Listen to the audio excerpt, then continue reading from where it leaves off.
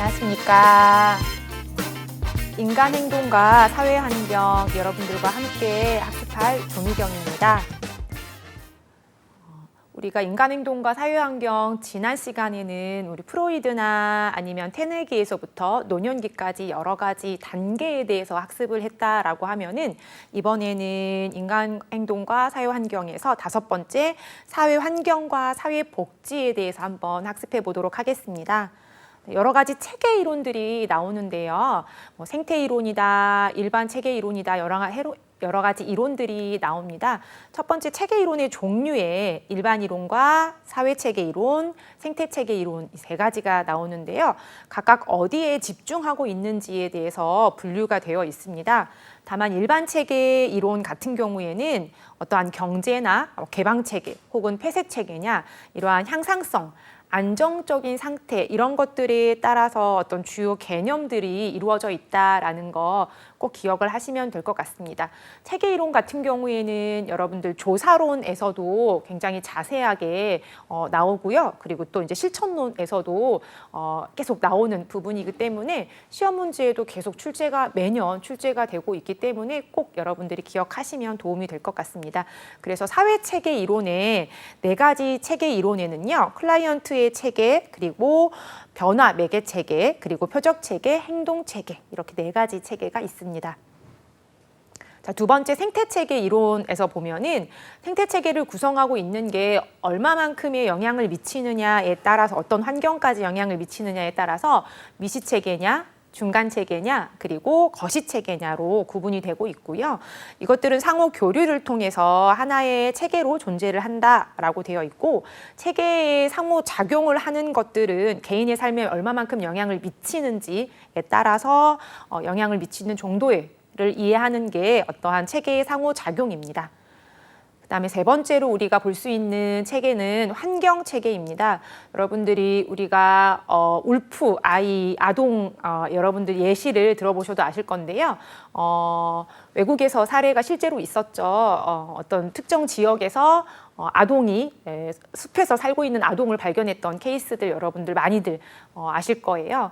이랬었을 때 적정기에 학습이 됐었는지 아니면 그때 노출됐던 환경은 어땠는지 이런 것들과 관련해서 보시면 될 것 같고, 그랬었을 때에 소속되어 있던 집단의 유형 이런 것들도 보시면 좋을 것 같습니다. 집단의 유형에는 개방 집단이냐 혹은 폐쇄 집단이냐, 그리고 자조 집단인지, 그리고 치료 집단 이렇게 구분이 되고 있고요. 요즘에 사회복지에서 굉장히 많이 대두되고 있는 것 중에 하나가 뭐냐면 노년기에 치매 지원을 해주는 사업들이 굉장히 많이 지원이 되고 있습니다. 그래서 우리가 문케어다라고 해서 이야기했던 것 중에 하나가 뭐냐면 치매는 이제 국가에서 지원을 한다. 이제 가족의 어떤 개인의 집단에서 진행이 되지 않는다라고 이야기를 하면서 지원을 했었던 부분이 있었고요. 그래서 그런 집단들끼리의 어떠한 힘을 서로 주고 받는 이러한 모임들, 이러한 자조 집단들도 여기에 해당이 되고 있습니다. 그래서 여러 가지 유형들, 집단 유형들도 여러분들 기억을 하시면 좋을 것 같습니다. 자, 환경 체계에 우리가 집단의 개념을 좀 여러분들 알아두시면 좋을 것 같은데요. 상호 의존적으로 이루어지고 있다라고 보시면 좋을 것 같고요. 앞서서 얘기했던 것처럼 여러 가지 집단들이 유형들이 있습니다. 개방이냐, 폐쇄냐, 아니면은 자조 집단인지 치료 집단인지 있고요. 이 집단이 중요한 이유가 뭐냐면 얼마만큼 우리가 흔히 얘기하는 끈끈한지, 결속력이 있는지에 따라서 잘 운영이 되고 있는지 안 되고 있는지도 파악할 수 있고요. 그리고 그 사람한테 얼마만큼, 클라이언트한테 얼마만큼 힘을 줄 수 있는지, 이런 것들도 도움을 줄 수 있는지 이런 것들도 파악을 할 수가 있습니다. 자, 우리가 이제 사회복지 실천론에 대해서 여러분들 학습을 한번 해보도록 하겠습니다.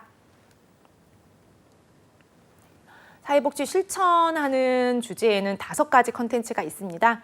첫 번째는 사회복지 실천의 어떤 객관적인 것들을 볼 거고요. 2번째는 실천의 어떤 발달하고 점진적으로 발달하고 있는 것들, 서구에서는 어떻게 발달이 됐었고 한국에서는 이게 어떻게 도입이 되고 있는지 이런 것들을 보게 될 거고요. 실제로 사회복지사의 역할이 얼마만큼 다양하게 됐는지들도 알게 될 거고, 그리고 4번째는 통합적으로 실천해 나가는 모델들을 보게 될 겁니다. 그리고 마지막 5번째 컨텐츠에서는 이 사회복지를 실천하는 방법들과 실천 과정들을 학습해 보도록 하겠습니다. 여러분들 학습에 앞서서 제가 한 가지 팁을 드리자면은 각 컨텐츠마다 5가지, 보통 5개에서 6가지 컨텐츠로 한 과목이 이루어지는데요. 보통은 대학교에서 이게 3학점짜리로 운영이 되고 있습니다. 그래서 한 학기당 보통 16차시로 이루어지고 있고요. 보통은 중간고사, 기말고사, 그리고 휴강을 하면은 보강을 할 수 있는 보강주, 이렇게 3주를 뺀 16차시 중에 3주를 뺀 13주를 보통은 교육을 하고 있습니다. 3학점에 13주면은 보통은 한 학기에 39시간을 학습을 하거든요. 그 39시간짜리 학습하는 걸 단 1시간에 우리가 여러분들한테 제공을 해드리고 있기 때문에 굉장히 압축적이고 엑기스만 여러분들한테 제공을 드리고 있어서 이 과정을 통해서 여러분들이 자격을 취득을 하는 데 많은 도움이 드릴 수는 있지만 모든 내용이 포함되어 있지 않다라는 것도 또 여러분들 꼭 기억을 하시면 좋을 것 같습니다. 자, 첫 번째 우리가 사회복지에서 나오는 실천의 개관 한번 알아보도록 하겠습니다. 자, 사회복지 실천의 주요 어떠한 정의들이나 이런 것들을 알아볼 건데요. 사회복지를 실천을 할 때에 사회복지를 실천하는 게 어떤 건지라는 정의를 먼저 조금 여러분들 알고 가셔야 될 건데요. 대부분은 클라이언트에게 다가가서 우리가 어떠한 것들 개입하기 전에 필요한 부분이 어떤 건지 를 알아보고 조사하고 이러한 모든 과정들이 여기에 해당이 된다라고 생각을 하면 될 거고요. 그리고 그때 필요한 니즈라고 하죠. 그래서 욕구가 어떤 건지 이런 것들도 여러분들이 파악하는 것들이 사회복지 실천의 정의입니다.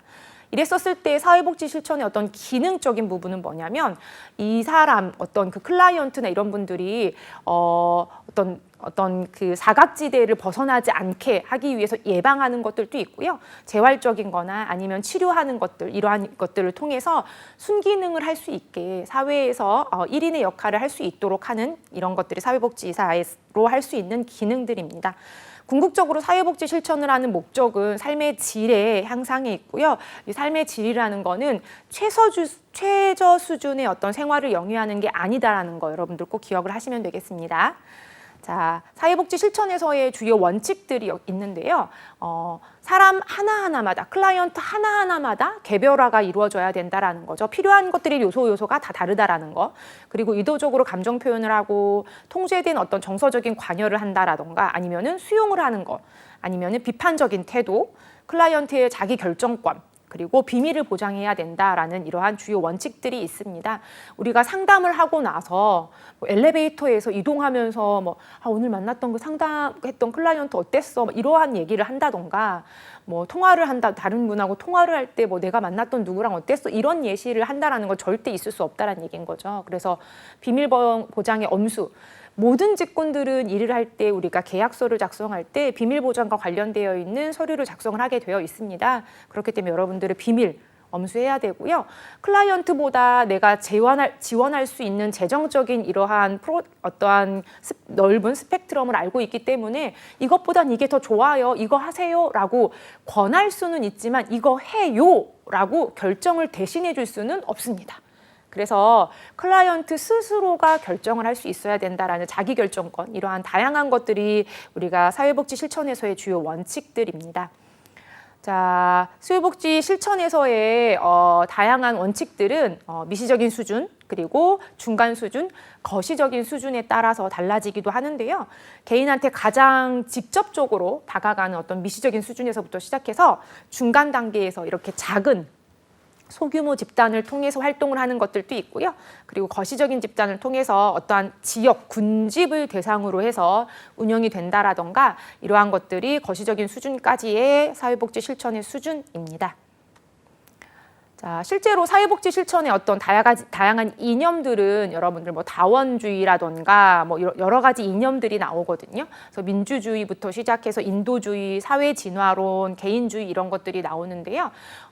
계속적으로 나오는 체계 이론들입니다. 그래서 인도주의 같은 경우는 당연히 인간의적인 박애주의다라는 것들을 생각을 하셔야 된다라는 거죠. 그래서 우리가 흔히들 어떤 범죄자의 생명은 중요하지 않다, 중요하다 이런 것들을 가지고서 갑론을박을 하지만 사실은 생명의 존중을 한다라는 건 가장 기본적인 베이스거든요. 그래서 이런 것들이 인도주의라던가 아니면 사회 진화론, 사회에 적응하기 어려운 존재들은 자연스럽게 도태되고 소멸되기 때문에 적응할 수 있는 사람들만 살아남는 이런 진화론도 있고요. 민주주의, 그리고 개인주의, 그리고 다원주의까지 이러한 실천 이념들이 있습니다.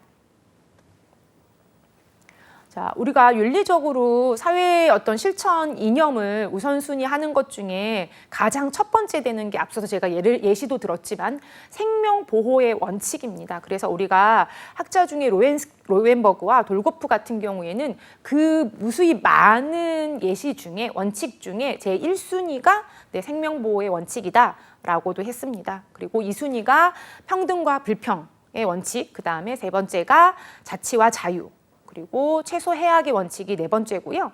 생활의 집 원칙, 사생활의 비밀 보장의 원칙이 여섯 번째고, 일곱 번째가 진실과 사실을 완전히 알릴 원칙입니다. 그래서 일정한 어떠한 기본적인 사회복지 실천에 있어서의 이런 우선순위를 두고서 우리가 실천을 해야 된다라는 것도 꼭 현장에서 잊지 말아야 될 어떤 우선순위입니다. 이렇게 우리가 사회복지 실천에 있어서의 여러 가지 어떤 체계라던가 아니면 우선순위에 대해서도 학습을 했다라고 하면은 두 번째 해야 될 컨텐츠는 사회복지 실천에 있어서의 발달하는 게 얼마만큼 시대적으로 발달이 이루어졌는지에 대해서 한번 알아보도록 하겠습니다. 자, 사회복지라는 거는 사실 우리나라에서의 발달보다는 유럽, 서구에서 발달이 굉장히 많이 먼저 이루어지기 시작을 했었고요.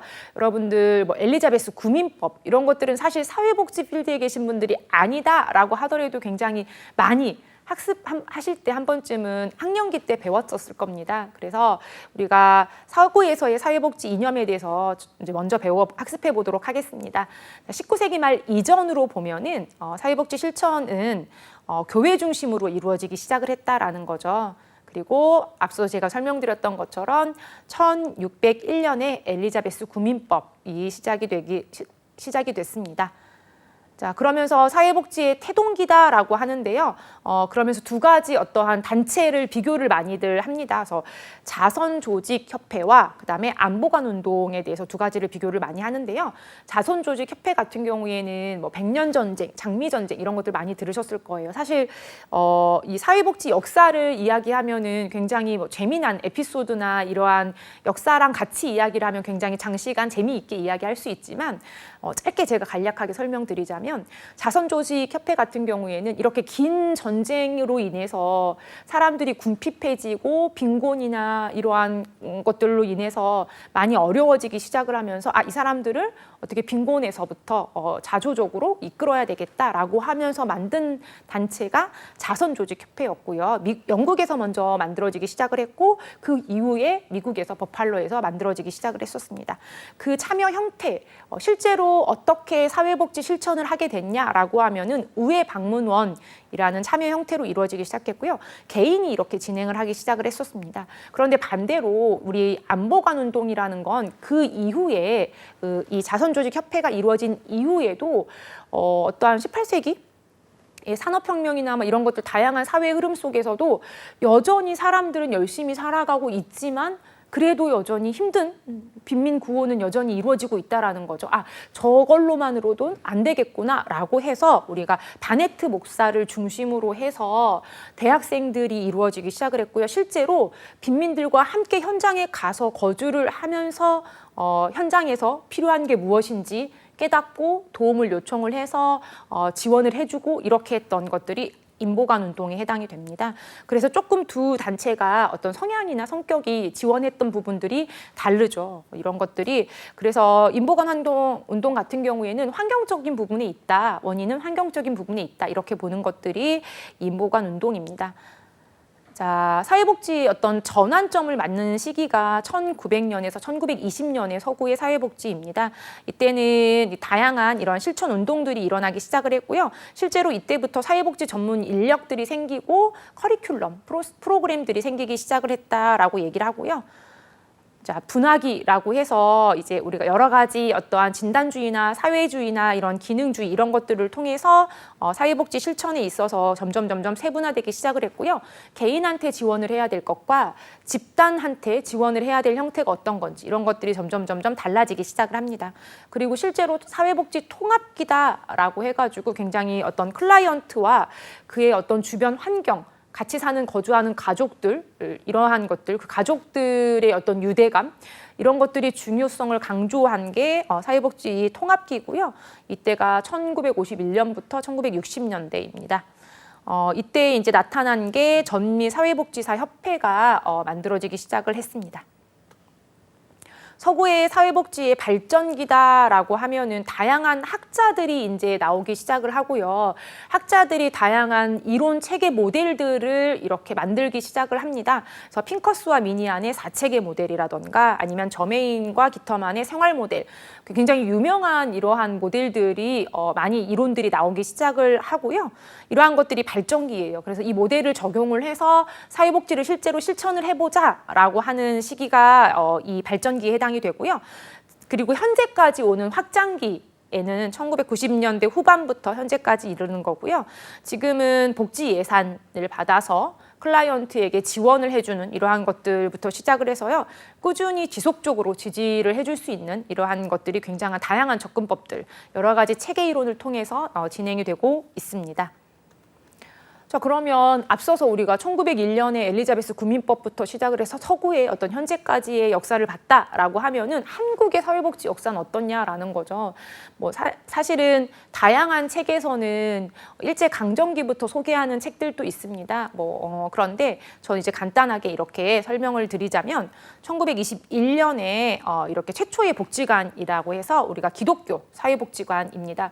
사실 서구에서도 우리가 1900년대 이전에는 교회를 중심으로 생기기 시작했다라고 얘기를 했었잖아요. 그래서 마찬가지로 우리나라도 기독교를 중심으로 최초 복지관이 생기기 시작을 했고요. 1967년도에는 사회복지사 협회가 탄생을 하게 됩니다.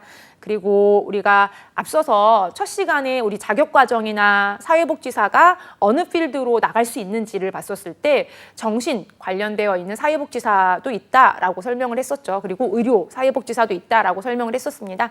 그러면서 정신보건법이 시행이 되기 시작을 하고요. 여기에서 다양한 이렇게 사회복지 요원들이 배치가 되고 있습니다. 우리 사회복지 실천에 있어서 현장에서의 사회복지 역할에 대해서 한번 세 번째로 알아보도록 하겠습니다.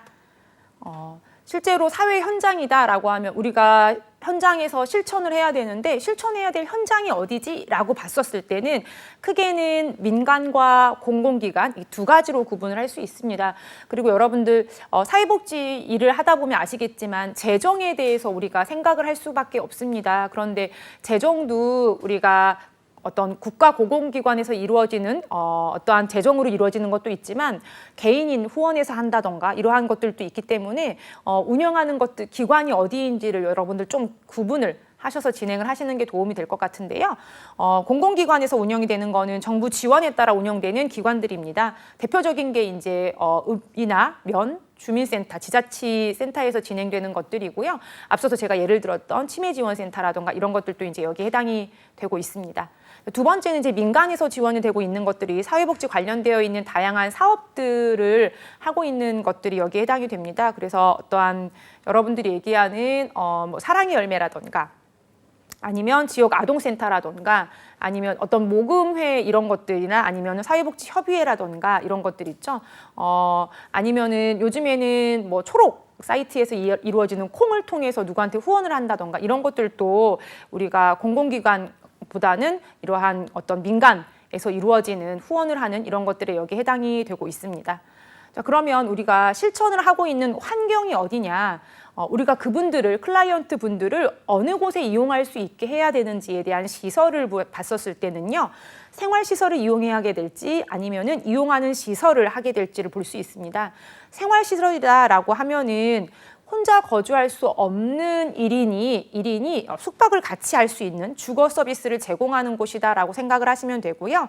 대표적인 생활시설이 우리가 공동생활가정 그리고 정신요양시설 아니면은 장애인시설이라던가 청소년 쉼터라던가 그룹홈 등이 있습니다. 여러분들 우리가 잘 모르시는 분들이 굉장히 많으시는데요. 국가에서 운영하는 정신병원도 있고요. 국가에서 운영하고 있는 요양병원도 있습니다. 비용도 훨씬 더 저렴하고요. 그리고 의사분들도 훨씬 더 좋으신 분들, 능력이 좋으신 분들이 많으세요.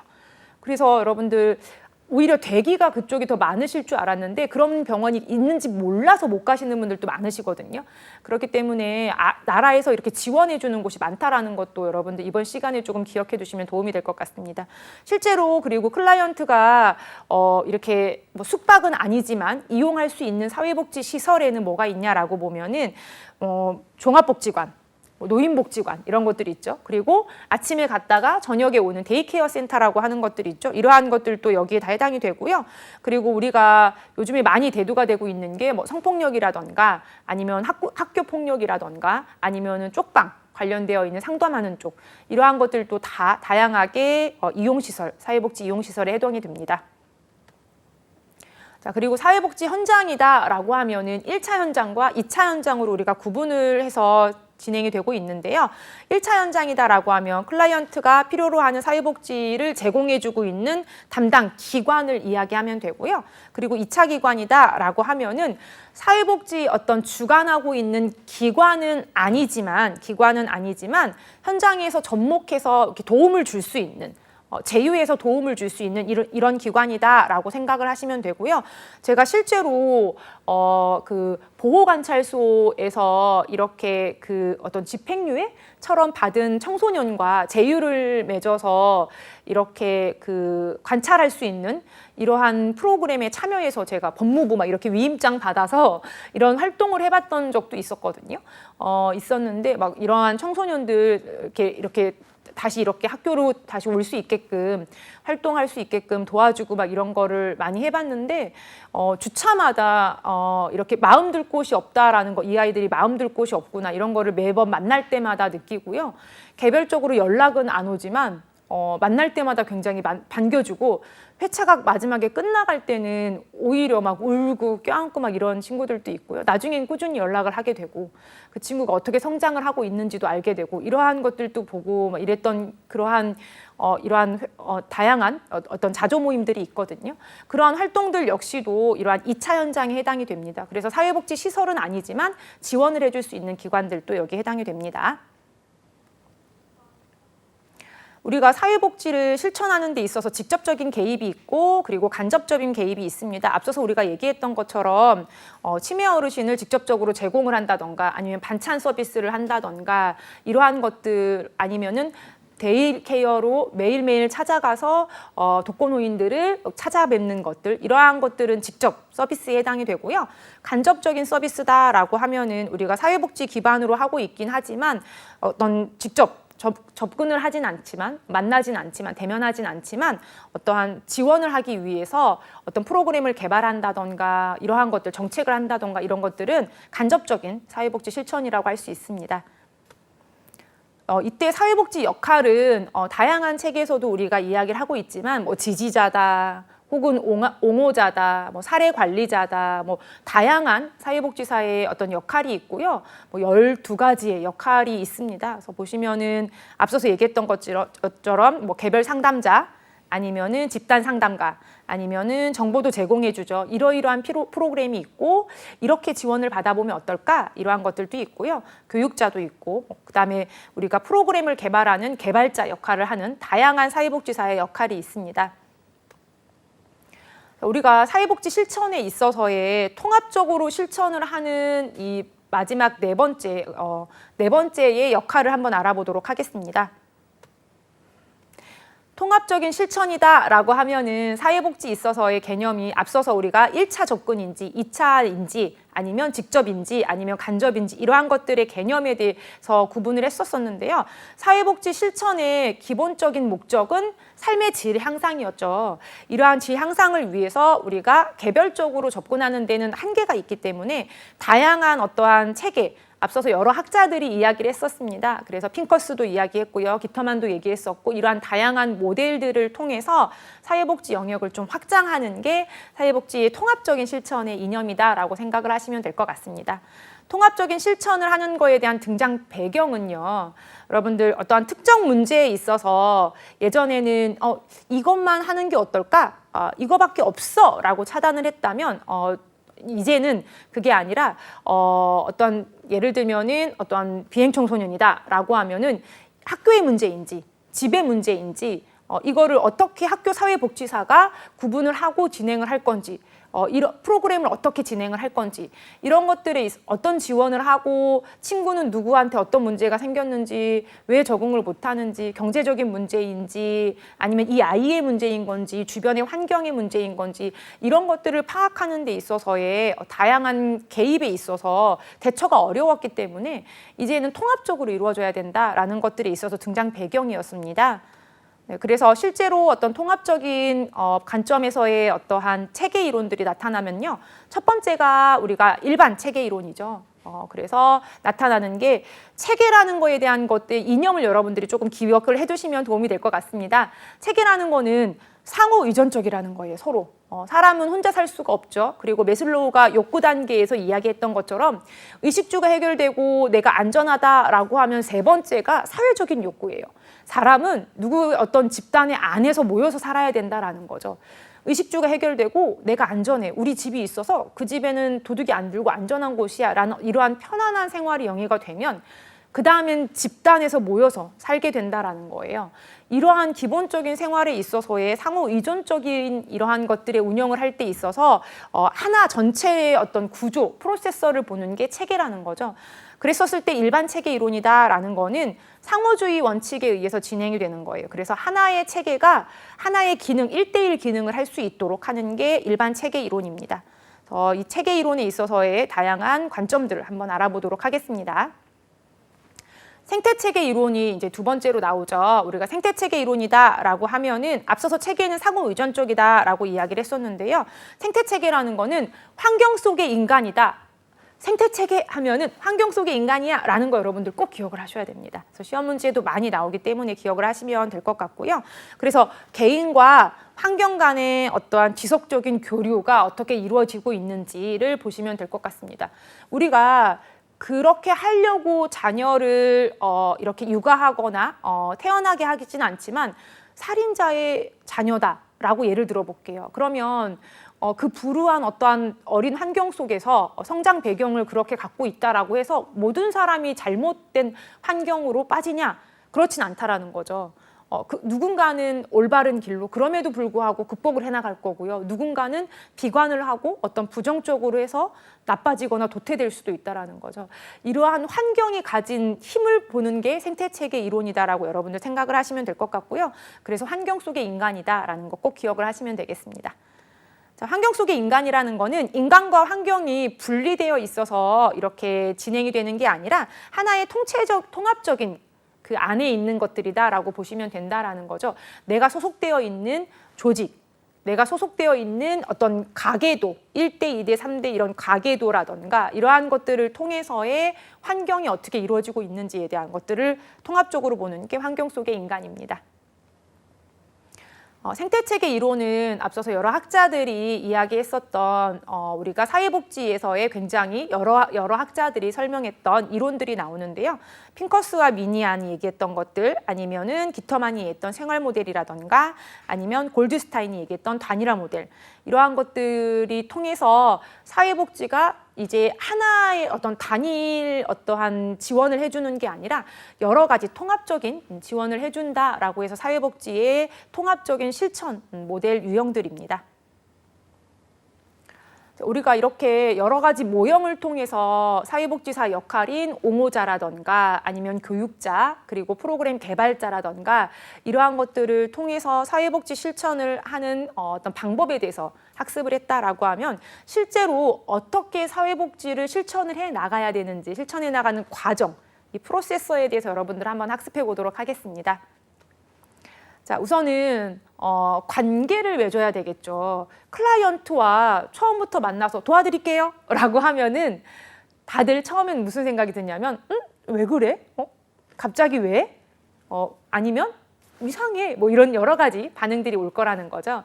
그렇기 때문에 그 사람한테 다가갔을 때 처음에는 개입하기 이전에는 어떠한 문제가 있는지 조사를 해야 된다는 거죠. 그런데 조사를 하려면은 모든 문제는 그 클라이언트가 갖고 있다라고 우리가 이야기를 하거든요. 그러면 그 클라이언트한테 갖고 있는 그 문제를 끄집어내려면 어떻게 해야 될까요? 관계를 맺어야 되겠죠. 어떻게 해요? 친해져야 된다는 얘기인 거예요. 그래서 우리가 라포 형성이라는 게 굉장히 많이 중요하다라는 거죠. 그래서 우리가 라포 형성이다라는 거는 가장 기본적으로 그 사람한테 어떠한 끊임없이 지지를 해주고 아니면은 그 사람의 이야기에 귀 기울여주고 이래서 친밀감을 갖게끔 하는 것들입니다. 우리 포도송이처럼 이렇게 이야기하는 것들이 라포 형성이거든요. 그렇게 됐었을 때 관계 형성을 할 수 있는 그 라포 형성을 하는 가장 기본적인 요소들이 뭐가 있냐면 수용. 당연히 그 사람이 하는 말을 곧이곧대로 들으셔야 돼요. 저 사람이 말하는 게 왜 이런 의도로 말하는 건가? 라고 우리 입장에서 다시 한번 상기시키고 해석할 필요는 없다라는 거죠. 그래서 그분 말씀을 그대로 이해하셔야 되고요. 그리고 공감을 해줘야 된다는 거예요. 아, 그 상황에서 이분은 이럴 수가 있겠구나 라고 그 사람을 공감을 해줘야 된다라는 거죠. 동감이 아니라 공감을 해줘야 되고요. 그리고 신뢰를 가지셔야 된다라는 것들, 그리고 다른 사람을 도와줄 수 있는 기본적인 마음가짐이 있으셔야 된다라는 거, 다양한 이러한 관계를 갖기 위한 기본 요소가 있어야 되고요. 그러기 위해서의 어떤 기본적인 원칙들이 있습니다. 7가지 원칙이 있죠. 그래서 당연히 비밀 보장도 있고요. 개별화, 수용, 비판, 비심판적인 태도. 사람이 사람을 평가할 수는 없겠죠. 그래서 어떤 심판적인 태도를 가질 수 없다라는 거, 이러한 7대 원칙들이 있습니다. 자, 그런데 우리가 라포를 형성하는 데 있어서 방해하는 요인들도 있다라는 거죠. 첫 번째가 뭐냐면 이게 굉장히 현장에서 제일 많아요. 사회복지사에 대한 클라이언트의 불신. 아유, 저 사람이 날 얼마만큼 도와주겠어. 그래 봐야 공무원인데, 그래 봐야 월급 받는 월급쟁인데 얼마만큼 도와주겠어. 그래봐야 여기서 일하는 사람인데 날 얼마만큼 도와주겠어. 불신이 생긴다는 거죠. 이러한 것들이 우리가 사회복지사가 도와주려고 개입하는 데 있어서의 역량을 차단을 하는 데 첫 번째입니다. 그리고 현장에서 제일 많이 느끼는 라포 형성의 방해 요인 중에 하나입니다. 두 번째는 자발적이지 않다라는 거죠. 본인 스스로 어떠한 사회복지사를 만나서 도움을 요청하는 분과 비자발적으로 끌려왔다던가 아니면 제3자를 통해서 그분의 위기 개입이 필요하다라는 걸 인지하고 저희가 가서 미팅을 했었을 때랑은 태도가 많이 달라요. 도움을 요구하는 분과 도움을 요청하지 않는 사람한테 도움을 줘야 되는 것과에 대해서는 굉장히 다릅니다. 그리고 전이나 역전이 내가 그분한테 감정이 이입된다던가 아니면 역으로 그분이 저한테 이입이 된다던가 다양한 것들이 이런 것들이 라포 형성의 방해 요인들이 해당이 됩니다. 자, 이랬었을 때 우리가 라포를 형성을 하고 만날 때 가장 기본적으로 대면을 할 때의 스킬들이 있어야 된다라는 거예요. 우리가 대화를 하려고 하면은 아이 컨택을 하고 그리고 상대방이 대화를 할 때 우리 클라이언트가 답을 갖고 있기 때문에 이야기를 끄집어내야 되잖아요. 그러면 무수히 많은 말을 우리가 먼저 말을 하기보다 들어줘야 되겠죠. 그러려니까 잘 경청을 해줘야 되고 맞장구도 해줘야 되겠죠. 그래서 그때 어떻게 되셨어요? 그때 너무 많이 어려우셨을 것 같습니다. 적절한 질문도 해야 되고 정말 이분이 진실되게 말씀을 하시는지 그때 행동을 본다던가 눈을 막 굴리지는 않는지 눈을 회피하진 않는지 이러한 것들도 관찰을 하셔야 되겠죠. 자, 이러한 것들을 쭉 보고 그리고 해석도 하셔야 되고요. 그다음에 명료화 그리고 지금 이분이 필요한 게 뭔지 딱 타깃을 정하셔서 진행을 하셔야 되고 그리고 침묵 이분이 침묵을 한다라고 하면은 어떻게 이루어져야 되는지 적절히 다루어야 되는지 또한도 우리가 파악을 해야 되겠죠. 이러한 것들도 우리가 대면할 때의 스킬들입니다. 자, 그렇게 하고 나면 이분을 진단을 해야 되겠죠. 예전에는 진단이라고 이야기를 했었어요. 그래서 이분은 이거야. 이렇게 이런 것들이 필요하다라고 진단을 하고 나면 이런 것들이 개입을 해야 돼라고 하는 건데 예전에는 진단이라는 용어를 사용하면 좀 뭔가 낙인처럼 찍힌다라는 거죠. 저 사람은 뭔가 좀 위험한 사람이고 뭔가 불편한 사람이고 사회에서 어떤 배려자가 되고 막 이렇게 생각이 되기 때문에 이러한 단어들을 이제 사용을 하지 않고 사정이다라고 해요. 문제 개입을 하는 데 있어서의 어떤 사정을 한다라고 우리가 이야기를 합니다. 용어를 변경이 됐고요. 그래서 가족이나 어떤 개인 차원에서 우리가 이 사람이 있어서 개입할 때에 필요한 어떤 사정 도구들을 봤었을 땐 가계도나 아니면 상태도 그리고 사회도나 사회관계망 이런 것들, 그 다음에 뭐 도표라던가 생활력 도표, 굉장히 다양한 것들을 이루어지고 있습니다. 그리고 지금은 한 가지만 이렇게 이루어지지 않고요. 주변 환경이라던가 뭐 심리치료가 같이 들어간다던가 아니면 치료, 어떤 병원 다니는 치료랑 같이 이루어진다던가 그리고 가족들도 같이 공통되게 뭐 이렇게 같이 치료를 받고 있다던가 자조모의를 한다던가 이렇게 다각도로 이렇게 지원이 되고 있는 것들을 사정을 한다라는 거죠. 아, 클라이언트만의 문제가 아니구나라는 것들을 파악할 수 있는 게 이 단계인 것 같아요. 그렇게 해서 개인에 대해서 사정이 이루어질 때는 문제를 설정을 하고 명료화해서 그다음에 어떤 게 필요한지를 파악을 합니다. 그렇게 해서 이분들이 필요한 것들을 전환을 해서 보기 시작을 하고요. 만약에 가족한테도 필요하다라고 했었을 때는 우선은 커뮤니케이션 하는 것들에 대해서 한번 확인을 하고 그랬었을 때 가족의 어떤 구조적인 부분 아주 어릴 때 너무 가부장적인 아버지 역할을 하셨던 분이어서 아이들이 성장을 하면서 전이가 되는 거죠. 역전이가 돼서 아버지는 이미 힘이 없어지고 이렇게 되면서 아이들이 어떤 이렇게 성인이 되고 난 다음에 아버지를 등한시한다던가 이러면서 발생되는 여러 가지 문제들, 가족의 구조적인 부분들, 이러한 것들, 이런 것들 생애 주기에 따른 것들의 이런 가족들을 어떻게 해야 될지 이런 것들의 생애 도구를 보는 거죠. 그랬었을 때 가계도라던가 아니면 생태도를 따라서 보게 됩니다. 그랬었을 때 우리가 이제 목표 설정을 하게 된다라는 거죠. 그런데 문제는 뭐냐면 목표 설정이다라는 거는 여기까지 올라가야 돼라는 건데 사실은 우리가 중간에 멈출 수도 있고요. 그 이상에 초과할 수도 있습니다. 그런데 목표 설정을 하기에 앞서서 우리가 평가를 하는 것들까지도 생각을 하셔서 진행을 하셔야 되고요. 목표를 진행을 할 때는 방향을 설정하는 게 제일 중요하다라는 거 여러분들 꼭 기억을 하셔야 되고 클라이언트한테도 본인이 주도적으로 해서 제시했던 방향대로 갈 수 있도록 이렇게 리드하는 역할만 하시면 되고요. 추천하는 역할만 하시면 되고 그리고 자립할 수 있도록 우리가 옆에서 서포트하는 역할만 우리가 사회복지사가 해주면 됩니다.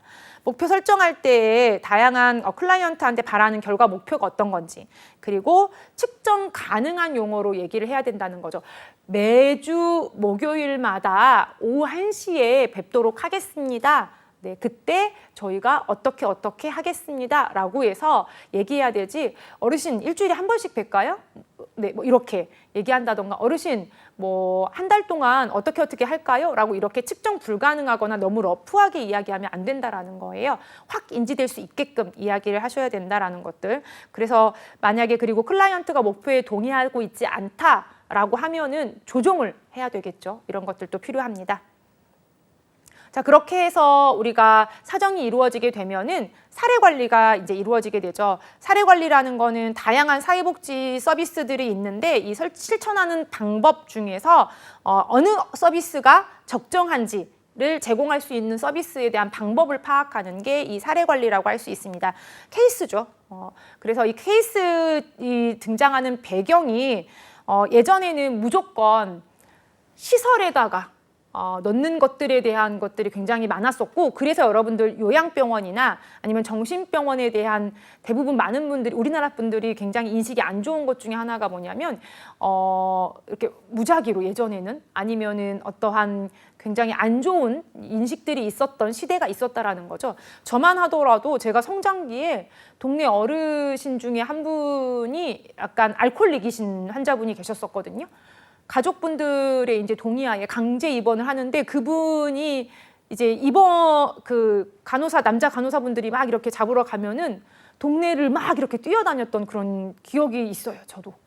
그래서 막 아직도 이렇게 막 정신병원이야 하면은 그 영상부터 딱 이렇게 떠오르거든요. 이렇게 컷으로 남아있는 그 기억부터 떠오르기 때문에 우리나라에선 여전히 약간 어떤 시설에다가 어떻게 한다라는 거는 굉장히 안 좋게 생각을 하는 어떤 기억들이 갖고 있을 수 있다라는 거죠. 과거에는 그랬지만 요즘에는 어때요? 지원도 많이 좋고 그리고 오히려 시설끼리만 모여져 있는 군집들도 있습니다. 굉장히 잘 되어 있죠. 그래서 요즘에 실버센터 이런 것들도 굉장히 많기 때문에 시대가 이렇게 바뀌고 있기 때문에 이런 것들을 좀 파악할 필요도 있습니다. 사례 관리를 한다라는 거에 있어서의 과제는 여러분들 케이스를 매니지먼트 한다라고 했었을 때는 어떻게 접근을 할 거냐라고 봤었을 땐 생활 환경, 거주한 곳으로 지원을 할 건지 아니면 주야간 이렇게 보내는 이용시설에 보낼 건지 아니면은 직접적으로 어떻게 1차 직접 할 건지 아니면 간접적으로 서비스를 제공할 건지 다양한 이렇게 서비스 분야를 우리가 구분을 해야 되는 과제들이 있습니다. 실제로 우리가 현장에서 사회복지를 연구를 하고 조사를 해보게 되면은 사각지대다라는 거 여러분들 굉장히 많이 들으실 거예요. 근데 실제로도 아직 그 사각지대에 계신 분들이 굉장히 많으셔서 나는 그냥 일 안 하고도 그냥 지원 받을래 라고 이렇게 하시는 분들도 계시거든요. 아니면 그걸 모르고 지원을 못 받고 여전히 열심히 사시는 분들도 계십니다. 그래서 우리나라가 여러분들 뭐 언론에서도 늘 항상 이야기하지만 OECD에서 노인 빈곤율 1위 그리고 자살률 1위 뭐 이런 것들의 타이틀은 늘 항상 갖고 있죠. 그래서 왜 이런 사회적인 문제가 있는지를 조사해보는 방법에 대해서 우리가 이번 시간에 한번 학습해 보도록 하겠습니다. 자, 사회복지 조사론에 우리가 4가지 컨텐츠가 있습니다. 사회복지 조사의 어떤 기초, 그리고 두 번째는 사회복지 조사 이론들이 있고요. 그리고 세 번째 사회복지 조사를 하는 방법들이 있습니다. 그리고 네 번째는 사회복지 조사의 유형들로 이렇게 4가지 컨텐츠로 사회복지 조사론을 학습해 보도록 하겠습니다. 첫 번째는 사회복지에 조사하는 데 있어서 기초가 되는 게 어떤 건지에 대해서 한번 알아보도록 하겠습니다. 자, 우리가 사회복지를 조사하는 데 있어서 조사를 하려면은 무언가를 알고 파악을 해야 된다라는 거죠. 그러려면 적어도 그 필드에서는 전문가가 되어야 되겠죠. 그렇다라는 거는 그만큼의 어떠한 학습된 지식이 있어야 된다라는 거예요. 그런데 지식을 쌓는 데 있어서의 어떤 오류들이 범할 수 있는 것들이 있다라는 거죠. 가장 단면적으로 예를 들면 내가 알고 있는 지식이 전부야. 다른 사람이 어떤 지식을 배척한다던가 수용을 하기 어렵다라던가 뭐 이러한 것들도 있고요. 굉장히 다양한 어떤 과정에 오류들이 일어날 수가 있습니다. 자, 하나하나씩 보자면요. 첫 번째가 부정확한 관찰이고요. 두 번째가 과도한 일반화입니다. 한 명을 관찰했다던가 아니면 하나의 집단을 관찰했는데 그게 마치 사회 전반적인 일인 것처럼 일반화해버린다라던가 이러는 건 과도한 일반화에 해당이 되겠죠. 그 다음에 선별적인 관찰, 그리고 꾸며진 지식, 그리고 자아의 개입, 그리고 기타 다양한 어떤 발생하는 현상들이라던가 이러한 것들이 지식 과정의 오류에 해당이 됩니다. 우리가 지식을 습득한다라고 했었을 때 나의 지식은 객관적이어야 되고요. 그리고 과학적으로 증명이 되어야 된다라는 거죠. 그랬었을 때 과학적인 증명이다라고 하는 이 과학의 특징은 합리적인 지식이다라는 거예요. 그러면 이 과학의 목적이 뭐냐라고 했을 땐 당연히 합리적인 지식을 제공을 하는 거고 규칙적인 일반화를 제공을 하는 거고요. 그리고 여러분들 어떤 변수라고 우리가 이야기를 하는 것들이죠.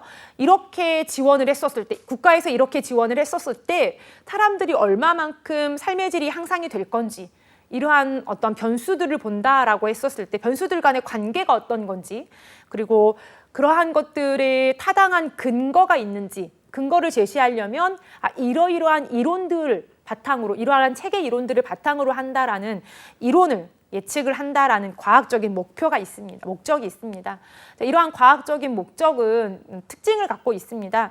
재생 가능해야 되고요. 경험 가능성이 있어야 되고 객관적이고 논리적이어야 되고요. 그리고 수정 가능해야 된다라는 거죠. 우리가 예전에는 지문이 이렇게 대조를 할 수 없어서 범죄자를 못 찾았다라고 하면 현대 과학으로는 지문이나 아니면 DNA, 과거의 어떤 범죄의 옷에 묻었던 DNA를 지금 가지고 범죄자를 찾을 수 있게끔 이렇게 굉장히 많이 발전했죠. 끊임없이 과학적인 지식도 역시 발전을 한다라는 이러한 수정 가능성까지 지식의 특성입니다. 자, 그래서 우리가 사회복지 조사에 있어서 과학적인 지식이다라고 했었을 때 조사하는 방법은 크게 2가지입니다. 여러분들 학령기 때 배웠을 거예요. 귀납법과 연역법 이런 것들 여러분들 한 번쯤은 들어보셨을 건데요. 연역법이다라고 하면은 예로 설명하면 조금 여러분들 알아듣기 쉬우실 거예요. 모든 사람은 죽는다. 소크라테스도 사람이다. 소크라테스도 죽는다. 이 얘기는 뭐냐면 모든 사람은 죽는다라는 거고요. 소크라테스라는 사람 역시 그래서 죽는다라는 걸 검증을 하는 실증적인 논리에 의한 게 이 연역법에 해당이 됩니다. 자, 그러면 귀납법은 뭐냐라고 보면은 하나하나를 관찰을 해서 해석을 하는 해석주의에 해당이 됩니다. 그래서 사람의 죽음을 한 명 한 명씩 관찰을 해보는 거예요. 이웃집에 A라는 사람도 죽고 그 윗마을에 B라는 사람도 죽었네? 그런데 소크라테스도 죽은 것도 관찰이 된 거예요. 다른 또 이웃 마을에 C라는 사람도 죽었어요. 아하! 결국엔 모든 사람은 죽게 되는구나 라는 추론이 나온다라는 거죠. 이렇게 해석을 하게 되는 게 귀납법에 해당이 됩니다. 그래서 우리가 조사하는 방법엔 연역법과 귀납법이 있다라는 거 여러분들 기억을 하시면 되겠습니다. 우리가 그래서 과학을 어떻게 해석을 하는 데 있어서 철학적으로 해석을 할 때 해석주의냐 실증주의냐 이렇게 두 가지로 구분을 많이 하셔서 진행을 하는데요. 해석주의는 언어로 분석 대상을 활용을 하는 거고요. 그다음에 실증주의는 경험주의다라고 얘기를 해서 객관적으로 혹은 독립적으로 존재한다라고 해서 보시는 게 훨씬 더 좋고 현상의 원인을 객관적으로 측정이 가능한 게 실증주의에 해당이 됩니다. 우리가 과학적인 철학이다라고 하면 쿤의 과학적 패러다임에 대해서 얘기를 하는데요. 한 시기에 여러 개의 패러다임이 존재한다라는 게 쿤의 과학적인 패러다임입니다.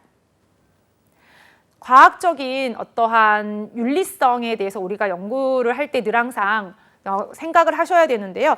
사회복지 현장을 조사를 할 때 내가 이 주제를 가지고 이 내용을 가지고 연구를 하고 사람들한테 관찰을 하게 됐었을 때에는 어떤 주제와 내용을 해서 인간에게 도움을 줄지 삶의 질을 향상시킬지를 꼭 보시고 해를 주어서는 안 된다라는 거.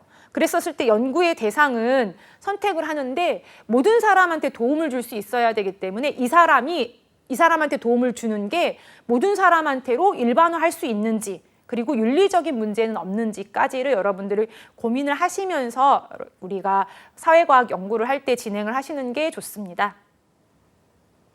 윤리적인 원칙에는 여러 가지가 있는데요.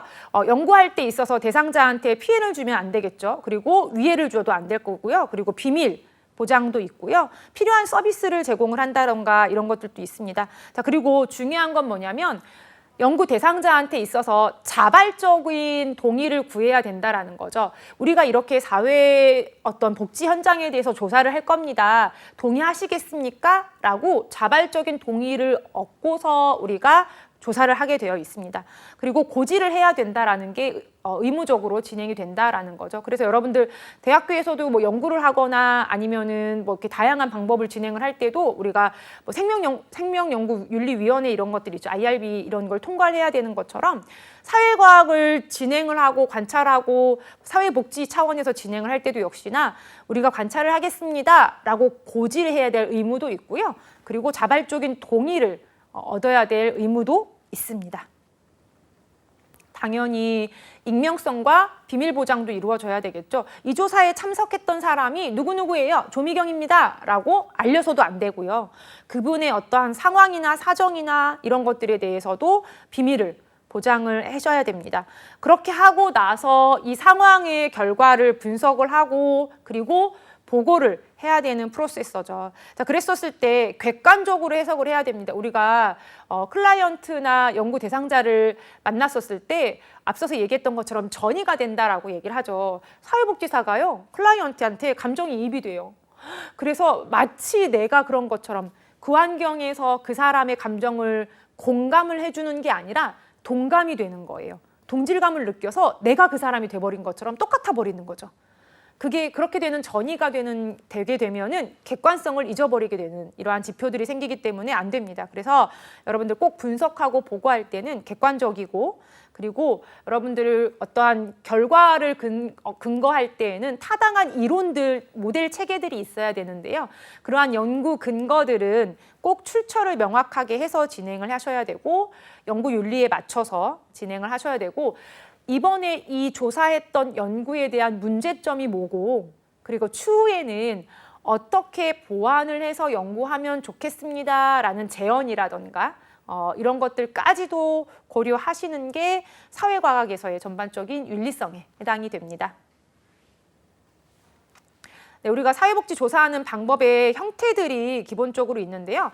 탐색 조사를 한다라던가 아니면 기술적 조사를 한다던가 설명적 조사를 하는 연구 목적에 따른 분류들도 있고요. 조사 용도에 따라서 진행되는 어떤 용도들이 있습니다. 기초용사, 사회복지 현상을 보고 진행을 하는 것들이 있고요. 아니면 응용조사, 그래서 다양한 정보를 얻기 위한 지금 이 장기요양보험에 대한 재정을 쓰고 있는 사람들이 어떤 혜택을 얼마만큼 받고 있는지에 대해서 정보를 얻기 위한 이런 조사들도 있고요. 평가조사를 한다라는 거죠. 이 프로그램이 잘 진행되고 있나?